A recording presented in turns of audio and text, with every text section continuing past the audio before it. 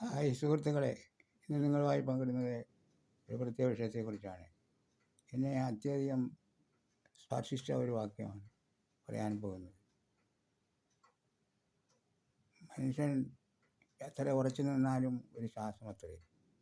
അവൻ നിഴലായി നടക്കുന്നു, വൃത്തമായി പരിശ്രമിക്കുന്നു, ധനം സമ്പാദിക്കുന്നു, ആരനുഭവിക്കുന്നു എന്നറിയുന്നില്ല. കേട്ടല്ലേ? ഈ വീഡിയോ നിങ്ങൾക്ക് ഇഷ്ടമായെങ്കിൽ ലൈക്ക് ചെയ്യാനും ഷെയർ ചെയ്യാനും മറന്നു പോകരുത്.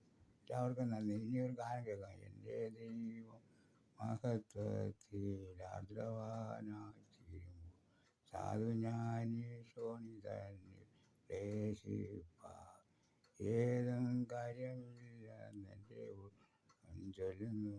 വിഷമ്യമുള്ളേതുകൊന്നും കരകയറി നടകൊള്ളുവാൻ രക്ഷകനൻ കാലുകൾക്കു ഏകമായി തീർന്നൻ പാതയിൽ ഞാൻ അനിനെ പോലോടിടുന്നു.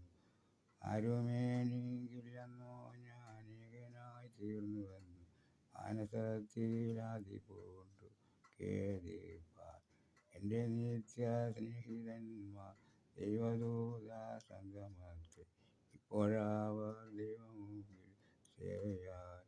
ദുഃഖിതനായി ഓടിപ്പോയി ഞാൻ മരുഭൂവിൽ കിടന്നാൽ എന്നെ ഓർത്ത് ദൈവദൂതർ വന്നിടും.